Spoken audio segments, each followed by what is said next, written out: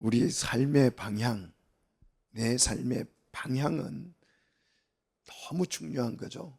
어떻게 방향을 정해놓고 살아가느냐에 따라서 삶 자체가 전혀 달라지기 때문에 그렇죠. 그런데 대개 사람들이 방향 없이 살아갑니다.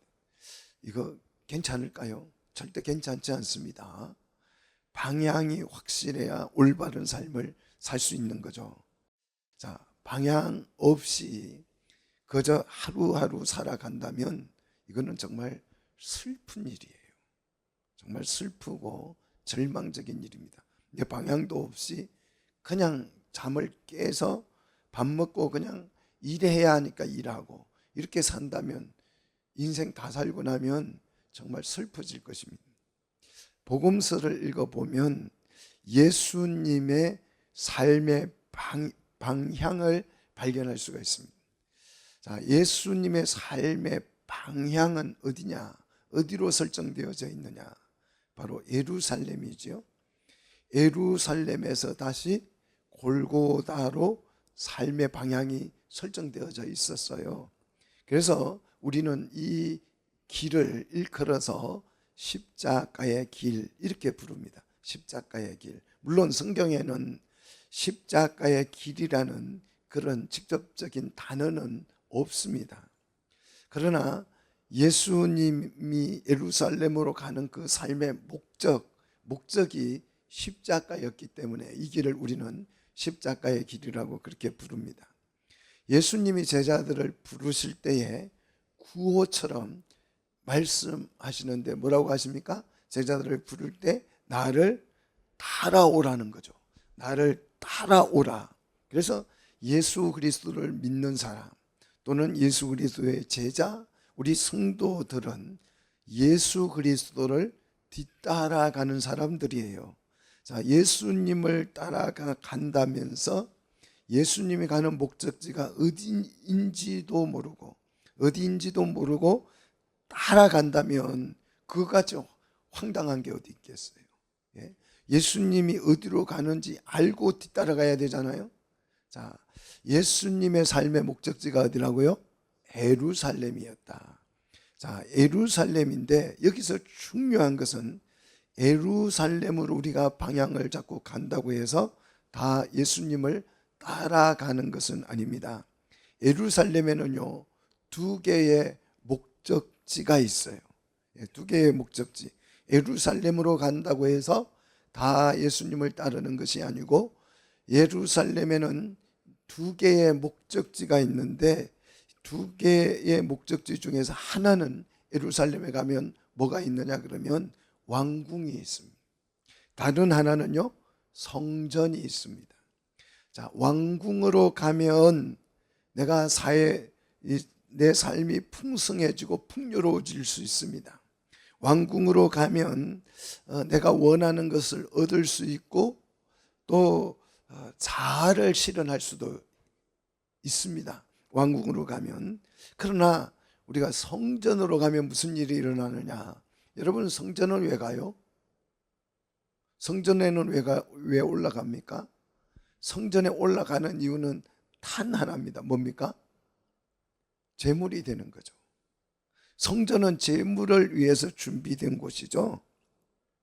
그래서 성전으로 가면 내가 죽어야 되는 거죠.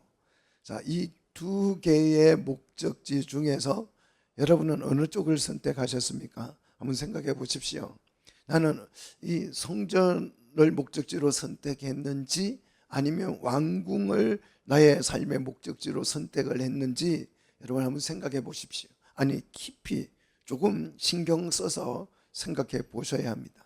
내 말이 또 내 주장이 나는 성전을 선택했어요 그럴지라도 내 발이 어디로 향하고 있다면, 왕궁으로 향하고 있다면 그것은 내 목적지는 어디다?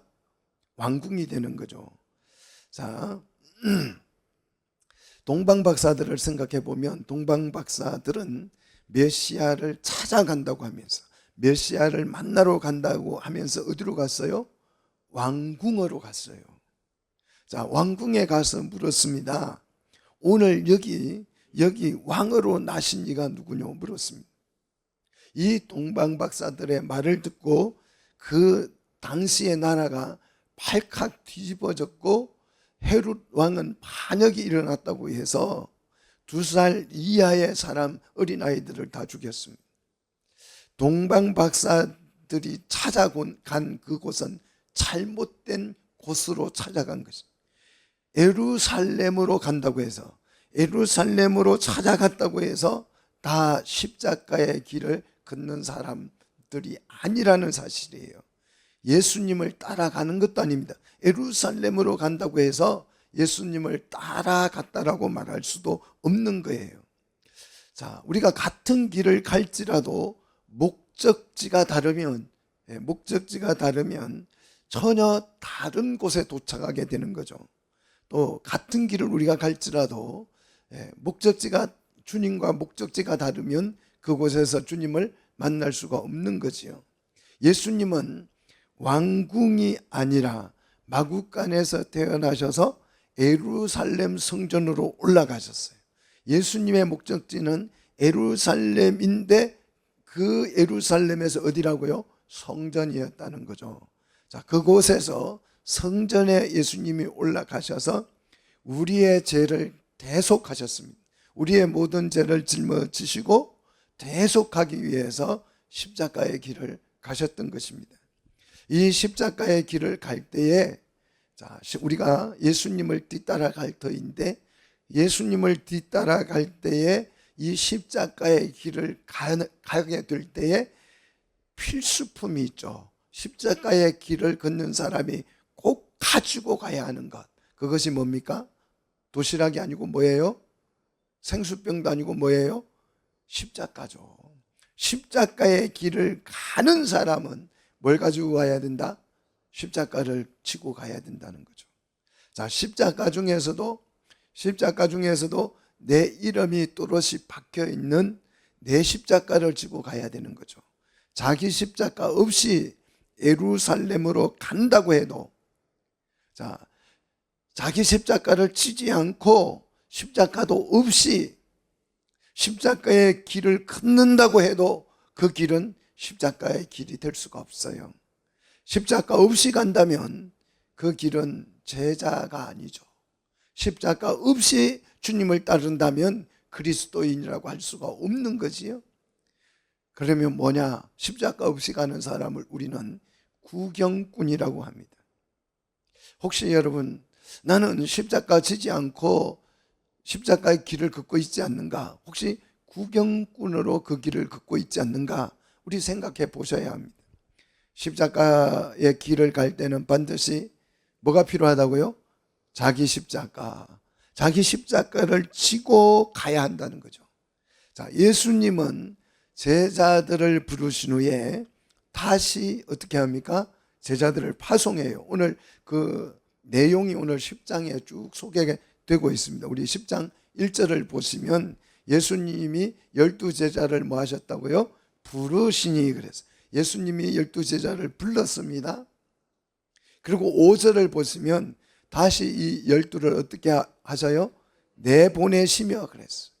자, 예수님은 우리를 부르시고 부르신 그 목적은 내보내는 데 있는 거죠. 보내기 위함이죠. 자, 이렇게 예수님이 12제자를 부르셔서 다시 훈련시켜서 12제자를 내보내실 때에 당부하신 말씀이 있죠. 그 당부한 내용이 오늘 본문 10장 5절 이하에 쭉 소개되고 있는데요. 이 5절을 보시면 보내실 때 이방인의 길로도 가지 말라 그랬어요. 이방인의 길로도 가지 말고 사마리아 고을로도 가지 말라는 거예요. 그리고 어디로 가라 그랬냐 그러면 이방인 길, 사마리아 길로도 가지 말고 어디로 가라고 하냐 그러면 오히려 이스라엘 집에 누구에게로요? 잃어버린 양에게로 가라고 말씀하십니다. 자, 잃어버린 양에게로 가는 이 길이 십자가의 길이에요. 왜 그러냐 하면, 자, 오늘 본문 16절을 가서 보시면 이렇게 말씀합니다. 이 어린 양에게로 가는 길을 일컬어서 16절에 어디로 가는 것과 같다 그랬어요? 이리 가운데로 보냄과 같다고 그랬습니다. 자, 이리 가운데로 가면 어떻게 돼요? 죽게 되는 거죠. 그러니까 이 길이 십자가의 길이라 이 말입니다. 자, 그러면 잃어버린 양은 지금 어디 있다는 거예요? 이리 가운데, 이리 무리 가운데에 있다는 것입니다. 그러니까 이 길을 갈 때에는 목숨을 걸고 가는 거잖아요. 그래서 이 길이 무슨 길이다? 십자가의 길이라는 것입니다. 자, 이 이리 가운데에 있는 잃어버린 양들을 찾기 위해서 지금 제자들이 가야 하는데, 이 길을 갈 때 그냥 무턱대고 가서는 안 된다는 거죠. 멍청하게 가서는 안 된다. 아무 생각 없이 가서는 안 된다는 거죠. 아무 생각 없이 오늘 예배당에 와 있다라고 한다면, 아무 의미도 없이 여기에 와 주일이 돼서 그저 앉아 있다고 한다면, 오늘 이 말씀을 눈여겨 잘 들으시기를 축복합니다. 자, 아무 생각 없이 그냥 가지 말고 어떻게 뱀같이 지혜롭고 비둘기같이 그 길을 갈 때 순결해야 한다라고 말씀하고 있어요. 자, 뱀같이 지혜롭고 비둘기같이 순결하라는 이 말은 지혜롭게 행하되 반칙이나 불의한 방식으로 해서는 안 된다는 거죠. 이 순결하다는 말이. 자, 순결을 그러면 왜 강조를 하느냐? 순결, 정결 이런 단어들, 순결, 정결, 거룩 이런 단어들은 죄물과 연관되어 쓰는 단어들이에요. 죄물이 아무리 잘생기고 아무리 살이 토실토실하고 아무리 예쁘게 생겼더라도 그 재물에 흠이 있으면 어떻게 돼요? 재물로 사용할 수 있어요? 없어요? 사용할 수가 없는 거죠. 그래서 우리는 어떤 상황 속에서도 우리 그리스도인은 하나님 앞에 드려져야 할 재물이기 때문에 순결해야 한다는 것입니다. 이 순결, 정결을 우리는 유지해야 된다는 거예요. 그래서 이리 가운데로 갈지라도 지혜롭게 순결하게 그 길을 가야 하는데, 그래서 이 이리 가운데로 가는 길이기 때문에 이 길은 무슨 길이다? 십자가의 길이다라는 거죠. 자, 이 이리 가운데로 가면 결국 어떻게 되느냐? 자, 17절, 오늘 본문 17절 보시면 사람들이 어떻게 한다고요? 이리 가운데로 갔더니 사람들이 어떻게 해요? 이 사람을 잡아서 공회에 넘겨주고 회당에서, 어디에서요? 회당에서 채찍질을 한다 그랬어요. 자, 핍박이요 어디에서부터 시작이 됩니까? 회당에서 하나님을 믿는다고 모인 그 사람들 무리 속에서, 그곳에서 하나님을 찬양하고 예배하는 사람들 가운데에서 핍박이 시작된다라는 거죠. 이게 종교적인 핍박이잖아요. 기독교 역사를 보시면 종교적 핍박이 굉장했습니다. 종교적 핍박, 그 로마 캐톨릭으로부터 우리 그리스도인들이 핍박받고 순교당한 수가 전쟁으로 순교당한 수보다 훨씬 많습니다. 죽은 사람보다 훨씬 많습니다. 자, 회당에서부터 종교적인 핍박이 시작되는 거예요. 교회 안에서 핍박이 시작됩니다. 굉장히 아이러니죠. 교회 다니면 우리와 같은 신앙을 갖고 같은 진리를 말하고 그래서 핍박이 없을 것 같아도 우리의 십자가의 길을 가는 사람들은 교회로부터 핍박을 받습니다. 그 다음 그 교회로부터 핍박을 받은 뒤에 어떻게 돼요? 총독에게 끌려갈 것이요 그랬어요. 총독에게 끌려간다. 이거는 정치적 핍박을 말하는 거죠.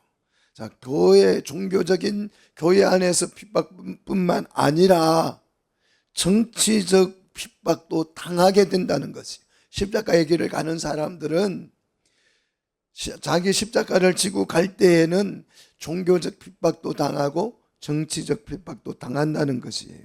그런데 자, 이런 핍박을 당할 때에, 정치적인 핍박을 당할 때, 이방인들로부터 핍박을 당할 때에 18절을 보면 정말 놀라운 일이 일어나죠. 이 이방인들에 의해서 로마 총독에 의해서 핍박을 당하게 될 때에 그 핍박을 받는 과정 속에서 어떤 일이 일어난다고요? 오늘 18절에 보니까 이방인에게 뭐가 전파된다고요? 핍박받는 그 과정을 통해서 복음이 선포된다는 거예요. 이게 실제로 사도행전에 가서 보시면, 바울의 삶을 보시면 바울이 이방인에게 끌려가서 로마 총독에게 끌려가고 또 로마 황제에게 끌려가는 이런 과정 속에서 수많은 이방인들이 예수 그리스도를 믿게 되는 역사 속에서 실제로 일어났습니다. 그래서 이 길을 우리는 일컬어서 십자가의 길이다, 이렇게 표현하는 거죠. 자, 이렇게 십자가의 길을 갈 때에 핍박을 당하지만 성경은 걱정할 필요가 없다라고 말을 해요. 이렇게 총독에게 끌려가서 신문을 받을 때에 나는 변호사가 없는데, 나는 돈이 없어서 변호사를 선임할 수도 없는데, 뭐 이런 걱정을 전혀 할 필요가 없다. 왜 그러냐 그러면 누가 우리를 변호해 주신다고요? 성령께서 우리가 변호할 말을 다 알려주신다는 거예요. 그러니 이방인에게로 끌려가서 핍박을 당할지라도 염려하거나 걱정하지 말라는 거예요. 하지만 이렇게 거친 핍박이, 국가적인 핍박이, 종교적인 핍박이 올 때에 두렵지 않을 사람이 누가 있겠습니까? 믿음이 있어도요, 사실은 거친 핍박이 일어나면 두려울 수밖에 없어요. 그러나 진짜 우리가 두려워할 필요가 전혀 없는 이유가 있는데, 그 이유가 뭐냐 그러면 세상의 어떤 권력, 어떤 강력한 권력도 영혼을 죽일 수는 없다는 거예요. 그런데 우리의 몸과 영혼을 지옥불에 넣어서 함께 멸할 수 있는 분이 있는데, 그분이 누구다? 하나님 한 분이시라는 거죠. 그런데 이 하나님이 우리의 뭐다? 보호자가 되신다. 우리의 몸과 영혼을 멸할 수 있는 이분이 있는데, 이분만이 우리는 두려움의 대상이지, 세상에 우리의 몸을 좀 억압하고 우리 몸을 채찍질하고 그래서 우리 몸을 죽이고 십자가에 매다는 그런 사람들을 두려워하지 말라는 거예요. 우리가 두려워할, 십자가의 길을 가는 사람이 두려워해야 될 대상은 오직 누구밖에 없다? 하나님밖에 없다는 거죠. 이 하나님이 우리의 보호자가 되시는 줄 믿으시기를 축복합니다. 이분이 어떻게 우리를 보호하신다고요? 머리털까지 세신바 되셨다. 이분의 허락 없이는 참새 한 마리도 죽을 수 없다라는 거죠. 그래서 우리가 하나님에게 있어서 참새보다 더 귀하다는 것이에요. 그래서 하나님의 철저한 보호를 받기 때문에, 하나님이 우리의 보호자가 되셔서 우리를 보호하시기 때문에 우리가 십자가의 길을 간다고 해도 전혀 두려워할 필요 없이 그 길을 갈 수 있다라고 말씀합니다. 자, 34절로 넘어가서 보시면요, 십자가의 길은 화평의 길이 아닙니다. 예수님이 우리에게 화평을 주려고 오신 것이 아닙니다. 뭘 주러 오셨어요? 가족 간에 불화를 일으키러 오셨다. 야, 이 말씀은 굉장히 충격적이잖아요. 아니, 우리 예수님이 오신 목적이 우리 가정을 뭘로 만들려고? 콩가루로 만들려고 오셨다, 이런 얘기잖아요. 충격적이잖아요. 많은 사람들이 이 말씀에 걸려서 도대체 이게 무슨 말이냐? 아니, 예수님이 화평이 아니고, 화평의 주님이 화평을 주러 오신 것이 아니고, 샬롬을 주러 오신 것이 아니고, 평화를 주러 오신 것이 아니고 어떻게 불화를 일으키러 오시느냐? 이렇게 의문을 갖는 사람들이 많습니다. 그런 화평을 오해해서 그렇고요, 불화를 오해해서 그렇습니다. 자, 본질적 의미를 제가 오늘 설명을 해드리겠습니다. 예를 들어서 우리는 남북으로 나뉘어져 있어요. 그런데 북한도 평화를 주장해요. 우리 싸우지 말고 평화롭게 지내자, 끊임없이 평화를 주장합니다. 남한도 평화를 주장해요. 양쪽 다 평화를 주장해요. 그러면 이 평화가 참일까요? 거짓일까요? 양쪽 다 평화를 주장하는데 평화가 안 돼요. 이건 참입니까? 거짓입니까? 거짓이잖아요. 진짜 평화할 마음이 서로가 있다면, 진짜 우리가 평화하고 싶다면, 평화할 이 마음이 진심이라면 북한이 공산주의를 포기하든지 남한이 자본주의를 포기하든지 선택해야 돼요. 그래야 평화가 실현되는 거예요. 이념이 다른데 어떻게 평화할 수 있어요? 북한이 사회주의를 포기하든지 남한이 자유민주주의를 포기하든지 선택해야 돼요.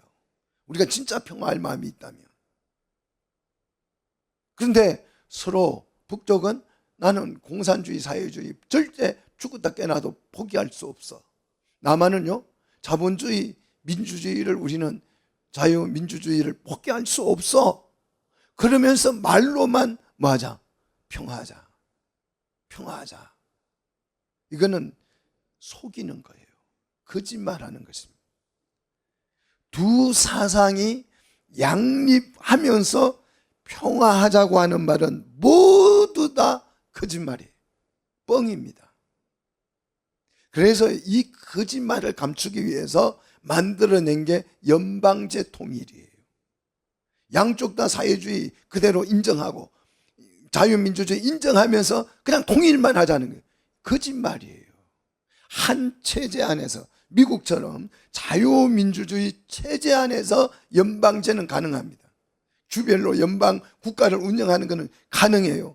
공산주의처럼, 옛날 소련처럼 공산주의 체제 안에서 연방제를 하는 거 가능해요. 그런데 전혀 다른 체제 아래에서 그걸 연방으로 묶어가지고 통일을 하자고요? 거짓말이에요. 평화할 수가 없습니다. 평화가 일어날 수가 없어요. 서로 속이고 있는 겁니다. 예수님이 오신 목적은 평화를 주러 오신 게 아니에요. 평화를 주기 위해서 오신 것이 아닙니다. 오히려 가족 간의 불화를 일으키기 위해서 오셨다고 말합니다. 왜 복음을 전하면, 가정에 이 복음을 선포하면 가족 간의 불화가 일어납니까? 이 복음이 진리이기 때문에 그렇습니다. 그래서 어디서든지 진리를 선포하면 다 환영할 것 같아요. 진리를 말하면 다 환영할 것 같습니다. 그런데 실제 진리를 선포하면 진리를 환영하지 않습니다. 거짓이, 그 진리 그룹 안에 숨어 있는 거짓이 먼저 반응을 합니다. 진리가 선포되면 귀신들이 먼저 반응을 했잖아요. 복음서를 읽어보면 귀신들이 먼저 일어나가지고 난리굿을 쳐요. 진리가 선포되면 죄가 드러나기 때문에 자신의 삶에 모순이 발생해요. 진리가 선포되면 내 삶에 죄악들이 드러나기 때문에 결코 진리가 선포되면 유쾌하지가 않습니다. 그래서 가족 간에도 뭐가 일어난다? 불화가 일어나. 진리가 선포되면 불화가 일어나는 것입니다. 사람들이 진리인 이 복음에 순종하지 못하는 이유는 이 죄의 속성 때문에 그렇습니다. 죄는 진리 앞에 서지 못하고 진리와 불화를 일으키는 거예요. 자, 진리가 선포되면 불의한 방법으로 얻었던 그런 이익을 본 것들에 대해서 손해가 발생하잖아요. 그래서 진리가 선포되면 거짓에 속한 사람들이 그 진리를 거부하기 때문에 불화가 일어나는데, 이 불화는 어디에서도 일어난다? 가정 안에서도 일어난다는 것이. 그래서 진리가 선포되면 36절, 자, 진리가 선포되면, 가정의 진리가 선포되면 그 가정이 어떻게 됩니까? 집안 식구가 뭐가 돼요? 원수가 된다는 거예요. 요즘 이 가정의 진리를 선포하지 않아도 가족이 뭐가 돼요? 원수로 사는 가족이 많아요. 다시는 안 보고 사는 사람들이 진짜 많습니다. 근데 거지끼리 모여 있어도 원수가 되는데요, 진리가 선포되면 그 가족이요 하나 되고 화목해지는 것이 아니고 거짓과 참이 분쟁이 일어나서 불화가 일어난다는 것이에요. 자, 그러면 가정이 화목하려면 어디 안에서요? 같은 진리 안으로 들어올 때에 가정이 화목하게 되고, 사랑도요 그런 진리 안에서 하나가 될 때 사랑도 풍성해지는 것입니다.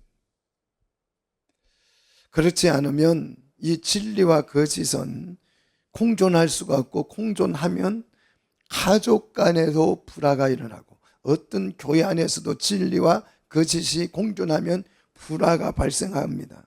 그래서 이 진리 대신 예수님보다 부모나 아들, 딸을 더 사랑하는 것은 하나님께, 주님께 합당하지 않다라고 예수님이 말씀하시는 거예요.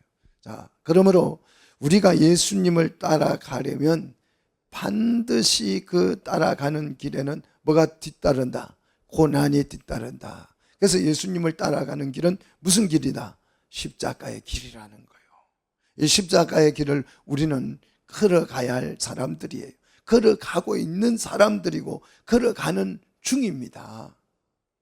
그런데 우리 주변을 이렇게 둘러보시면 십자가의 길을 간다고 말은 하지만, 그런 주장은 하지만 자기 십자가 없이 예수님을 따라가는 사람들이 너무 많다는 거예요. 그래서 오늘 예수님이 그 강조를 하고 있는 것입니다. 수많은 군중들이 예수님이 가는 길목마다 따라왔지만, 그 많은 사람들 중에서, 예수님을 따르고 있는 그 수많은 사람들 중에서 십자가 없이 따라오는 사람들이 많더라는 거예요. 그래서 예수님이 하시는 말씀이 오늘 38절입니다. 우리 38절 같이 한번 읽겠습니다. 자기의 십자가를 지고 나를 따르지 않는 자도 내게 합당하지 아니하다.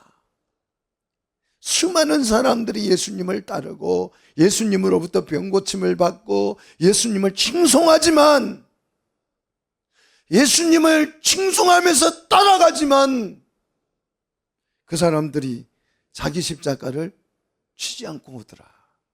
그래서 그런 사람들은 지금 나를 따라온다고 할지라도 합당하지 않다. 이렇게 예수님이 말씀하는 거예요. 자, 누가복음 14장 27절을 보시면, 자, 누가복음 14장 27절에 가서 보시면 똑같은 말씀이 있죠. 자, 같이 한번 읽도록 하겠습니다. 누구든지 자기 십자가를 지고 나를 따르지 않는 자도 능히 내 제자가 되지 못하리라. 제자도 될 수 없다는 거죠. 예수님을 따르는 사람은 반드시 무엇을 지고? 자기 십자가를 지고 쫓아와야 예수님을 따라갈 수 있다라는 거죠. 예수님은 제자들을 부르시고 성도들을 부르실 때에 반드시 자기 십자가를 지고 따를 것을 우리에게 요구하고 있습니다. 그럼에도 불구하고 많은 사람들이 자기 십자가 없이 덜렁덜렁 그냥 쫄래쫄래 예수님을 따라간답시고 예배당 주변을 어슬렁거리고 다니죠. 번지수를 잘못 찾아오신 것입니다. 이런 분은 어디로 가셔야 돼요? 왕궁으로 가셔야죠. 성전이 아니고 왕궁으로 가셔야죠. 해륙궁으로 가보셔야지요. 해륙궁으로 가야 할 사람들이 성전으로 와서 감나라 배나라 간섭하고 분쟁을 일으키고 자기 욕심을 챙기고 그곳에 와서 더 높아지려고 애쓰고 대접받으려고 안달복달하고, 그게 예수님 당시의 성전의 모습이잖아요. 대제사장과 제사장들과 또 바리새인과 서기관들과 또 랍비들과 그런 사람들이 존경을 받고 싶어서 길거리에서 서서 기도하고, 그래서 외식이 몸에 배였어. 지금 국회의원들은 어디 가서든지 카메라만 딱 들어서면 완전히 스마일 해가지고 막 욕하다가도 그냥 아주 말이 부드러워지고 그런다잖아요. 이게 비슷한 거예요. 비슷한 거. 돈에 욕심이 생긴 사람들은 성전으로 가서 비둘기도 팔고 소도 팔고 양도 팔고, 그래서 거기에서 부를 축적하고, 예수님을 따라온 것이 아니에요. 십자가의 길을 온 것이 아니죠.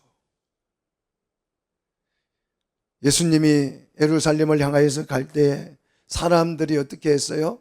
겉옷을 벗어서 깔아드리고 막 호산나 종려나무 가지를 흔들면서 찬양을 하고, 예수님이 가는 곳마다 사람들이 예수님을 음식 접대를 해드리고, 어떤 여인은 아주 비싼 값비싼 옥합을 주님께 부어드리고, 야, 이러니까 예수님 따라가면 우리도 저런 환대를 받을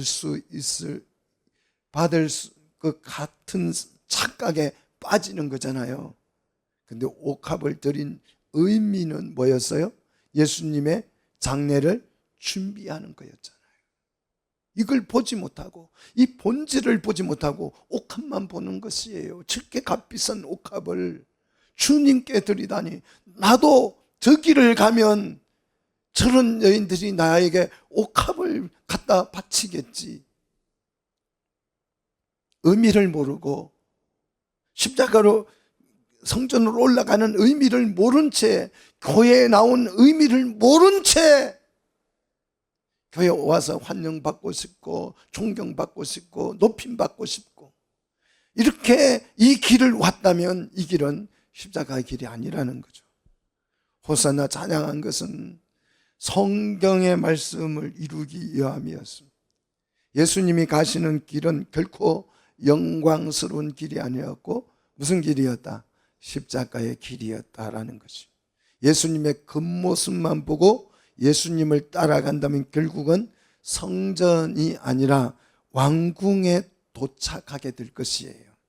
자기 목적을 위해서 예수님을 따라가는 사람들은 왕궁에 다다르게 될 것입니다. 거기에서 부와 명예를 얻을 수 있을는지는 모르지만 그 길은, 내가 걸어온 이 길은 십자가의 길이 아닙니다. 자기 십자가를 지고 예수님을 따르는 사람만이 어디에 도착한다? 하나님이 계신 아버지 집 성전에 도착할 수 있게 된다는 거죠. 자, 성전에 도착한 사람들은 자기가 지고 온 그 십자가에 어떻게 될 거예요? 못 박혀서 제물이 될 것입니다. 하지만 39절을 보시면 엄청난 일이 일어나지요. 어떤 일이 일어납니까? 자, 같이 읽습니다. 39절. 자기 목숨을 얻는 자는 잃을 것이요 나를 위하여 자기 목숨을 잃는 자는 얻으려니라. 아멘. 사는 길이 죽는 길이고 복음 안에서는 그래요. 복음 안에서는, 진리 가운데에서는 그렇습니다. 사는 길이 죽는 길이고 죽는 길이 사는 길입니다. 따라합시다. 사는 길이 죽는 길이고 죽는 길이 사는 길이다. 이게 십자가의 원리예요. 이게 십자가의 길입니다. 이 길을 가면 죽게 되지만 사실은 사는 것이, 이 길을 피하면 사는 것 같지만 죽는 것입니다. 자기 십자가 없이 십자가의 길을 간다는 것은요, 거짓말입니다. 요즘 사람들은 자기 십자가도 없이 찬양을 너무 잘해요. 찬양도 잘하고 주일 성수도 잘해요. 시간 맞춰서 다 교회 오고, 헌금도 잘하고 11조도 잘하고 봉사도 잘하고 예배도 잘 드려요. 그런데 잘한다고 해서 옳은 것은 아닙니다. 자기 십자가 없이 하는 모든 신앙생활은 다 가짜입니다. 설교를 잘하면 사람들이 뒤집어지고 은혜도 받고 아멘도 하고 난리가 나잖아요. 그래서 사람들이 그 설교를 듣겠다고 예배당을 꽉 채웁니다. 그러나 자기 십자가 없이 잘하는 설교는 자기 욕망을 채우기 위한 수단에 불과합니다. 그래서 사람이 많이 모이면 좋은 집도 사고, 좋은 차도 사고, 즉 목적이 그거였기 때문에 그렇게 되는 거예요. 목적지와 방향이 잘못 설정되어져 있는 것입니다. 겉으로는 예수님을 따라가는 것처럼 보여요. 예수님을 찬양하면서 따르는 것처럼 보이고 예수님을 칭송하는 것처럼 보이지만 그 자기 목적을 위해서 십자가를 내팽개치고 가는 사람은 그 목적지가 성전이 아니고 사실은 어디였다? 왕궁이었다라는 거예요.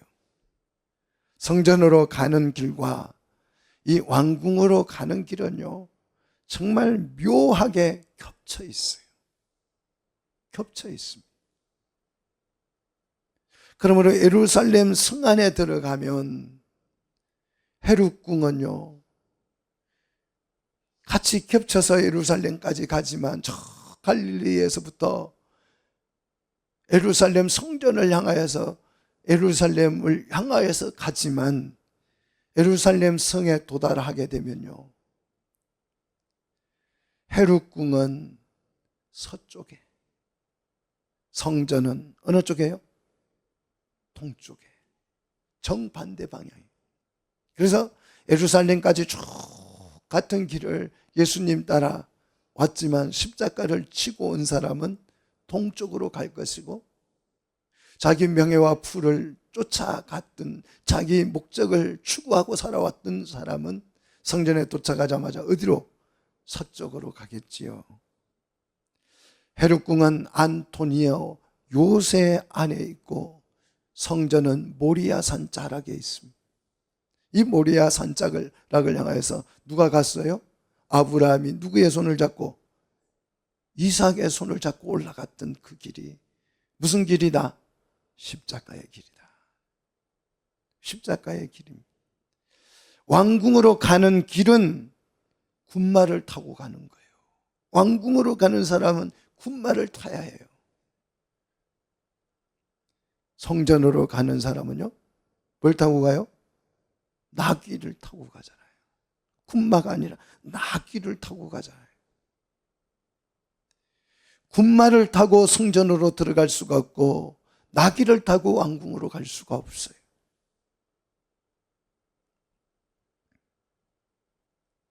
길의 성격이 전혀 다른 것입니다. 같은 길을 갈지라도 그 길의 성격이 너무너무 다른 것입니다. 예루살렘으로 가는 길은 같아 보여도 목적지가 다릅니다. 돌아가는 목적지가 달라요. 여러분, 부산에서 서울까지 고속도로를 타고 오는 사람들이 수도 없이 많잖아요. 그런데 목적지가 서울 시내에 들어오면 목적지가 다 달라져요. 어떤 사람은 강동으로, 어떤 사람은 강북으로, 어떤 사람은 강남으로, 어떤 사람은 강서로, 또 강서까지 와 강북에 와도 또 목적지가 다르잖아요. 그래서 각자 목적지로 찾아가는 거지. 우리의 목적지, 삶의 목적지는 어디입니까? 성전이죠. 그런데 이 성전으로 가는 사람은 뭘 지고 가야 된다? 자기 십자가 지고 가야 한다. 이게 성경이에요. 그래야 죽어도 산다는 거죠. 설령 예수님과 함께 예수님의 손을 꼭 붙들고 예루살렘에 무사히 도착했다 할지라도 예루살렘에 도착하자마자 자기 십자가가 없는 사람은 어디로요? 서쪽으로. 자기 십자가를 지고 온 사람은 어디로요? 동쪽으로. 그래서 예수님과 결별을 하게 된다는 거예요. 자기 십자가 없이 예루살렘까지 왔을지라도. 그래서 바울은 우리 성도들을 이렇게 진단했습니다. 우리 한번 성경을 한 절만 더 찾아보도록 하겠습니다. 빌립보서 3장 18절.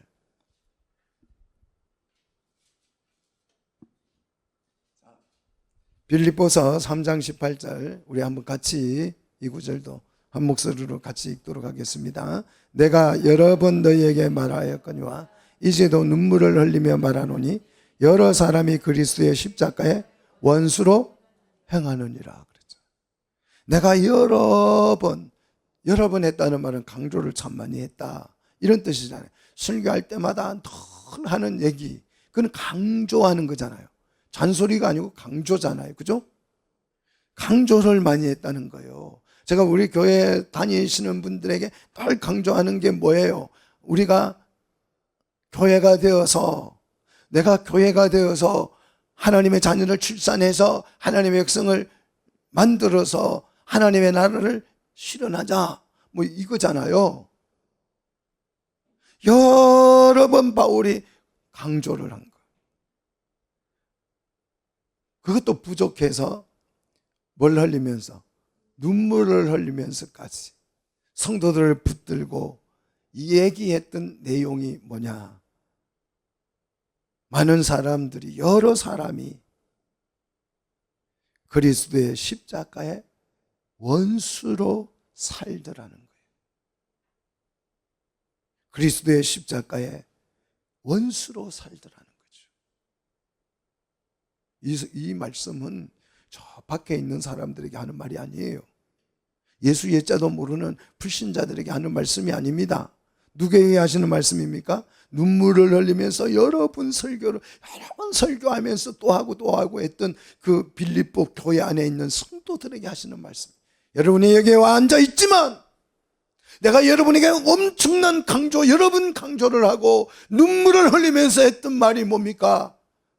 여러분 중에 대부분의 사람들이 그리스도의 십자가에 원수로 살고 있는 것이다. 이렇게 지금 성도들을 점검해 본 결과를 지금 말하고 있는 거잖아요. 우리라고 뭐 별반 다르겠습니까? 설교를 하는 저라고 뭐 별반 다르겠습니까? 입으로는 예수님을 따라간다고 말을 하는데 내 발걸음은 더 높고 더 좋고 더 유익하고 내게 득이 되는, 어디로요? 왕궁으로 걸어가고 있는데,